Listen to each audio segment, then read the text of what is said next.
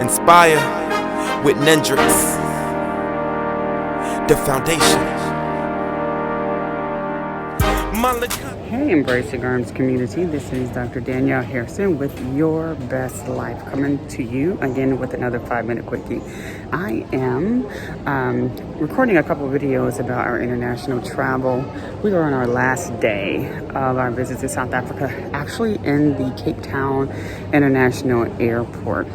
And I've been sharing a couple tips with you about international travel. So here's another tip that I want to give to you guys who are considering traveling internationally, not just to Cape Town, but just anywhere internationally, is to make sure you get to the airport 3 hours early at a minimum, because you never know what's going to happen at the airport.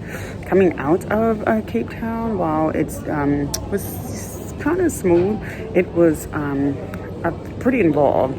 A lot of movement and check-ins for international travelers.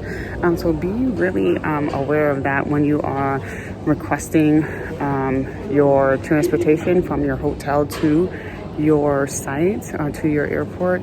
Make sure you try to get to the airport at least 3 hours in advance, so that you aren't finding yourself running to the airport or running to your gate at the last minute. So that is a tip. The other thing is that, as I mentioned in my other videos, we had exchanged our currency. Now, once you end your trip, you may find yourself with some additional currency that you need to exchange. And so definitely plan it out so that you won't get more currency than you need. Sometimes you just don't know. But if you find yourself in the last day of your trip with extra currency, know that you can exchange it at the airport. There may be a fee associated with it, so you may not get back as much as you would hope to. So plan it out so that at least you are using some of the currency that you have left in the country that you're visiting for tips for the hotel service, tips for your drivers, things like that. But you can use the currency exchange at the airport to exchange this currency. Try not to bring back too much of that currency. It doesn't really help the economy in the country that you are leaving to take their currency out of circulation. So that is another tip for you. The other thing is, because we're traveling in COVID, it's going to be important to some countries that you're leaving or you're coming into the United States, that you get your COVID PCR test. I talked to you earlier in another video about getting your PCR test before you leave. But in most cases, you're going to have another PCR test before you come back into the United States.